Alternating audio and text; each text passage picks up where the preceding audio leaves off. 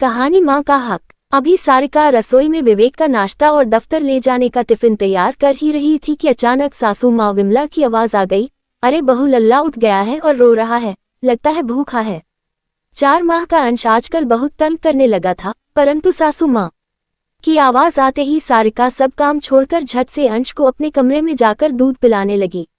नन्हा सा पेट बस 5-7 मिनट में ही भर गया और सारिका अंश के संतुष्ट और हंसते चेहरे को अभी निहार ही रही थी कि अचानक सासू माँ विमला कमरे में आकर गुस्से से बोली, अरे वहाँ विवेक को दफ्तर जाने में देरी हो रही है और तुम्हें बेटे से खेलने से फुर्सत ही नहीं है।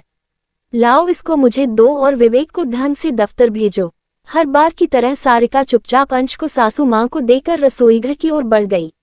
उधर सासू माँ अंश को लेकर ड्राइंग रूम में बैठकर पोते अंश के साथ खेलने लगी और साथ ही साथ अपने बेटे से बतियाने लगी।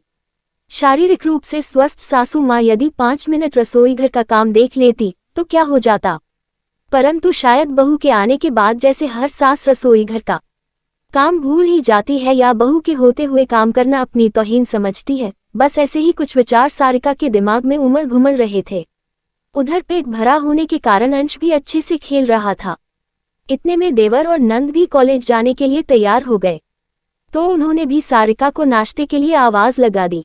एक मशीन की तरह सारिका सारे काम कर रही थी। कल तो पूरी रात अंश की वजह से सो भी नहीं पाई थी। आजकल सर्दियों में रात में बहुत बार उठता था।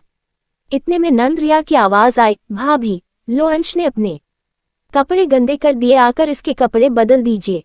बस मम्मी जी का और अपना पराठा सेक कर आती हूँ रिया, कहते हुए सारिका ने और जल्दी जल्दी हाथ चलाने शुरू किए।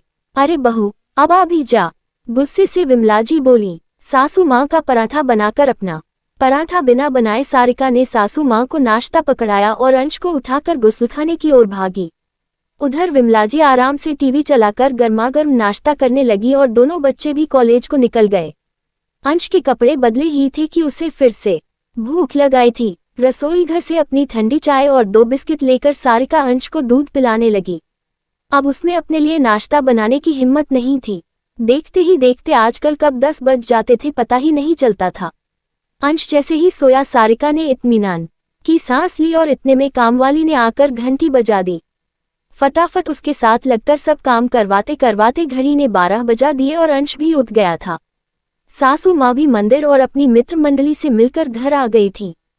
चल अब अंश की मालिश करके उसे भी नहला धुलाकर मुझे दे दो, सासू माँ ने आदेश दिया। आधा घंटा अंश की अच्छी सी मालिश करके नहलाकर उसको सारिका ने दूध पिलाया ही था कि अंश 2-3 घंटे के लिए सो गया।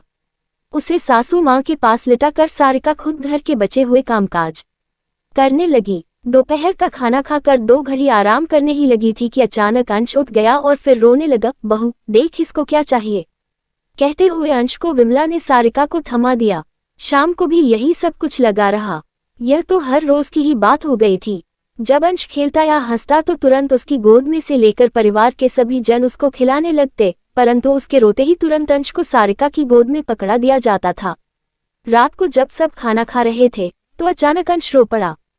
विवेक ने सारिका को उसको थमाते हुए कहा, इसको संभालो, हम लोग आराम से खाना खा ले।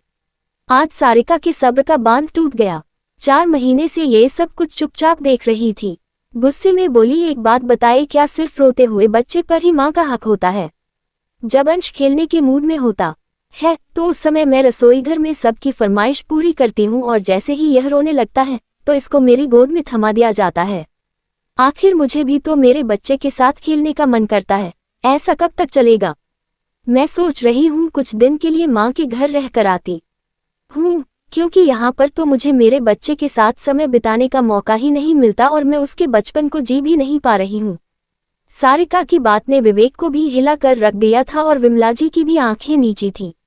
मन ही मन सोच रही थी कि बहू कह तो ठीक ही रही है, इसलिए पहली बार उन्होंने बहू का कोई विरोध नहीं किया। सारिका नम आंखों से अंश को उठाकर चुपचाप अपने कमरे में चली गई।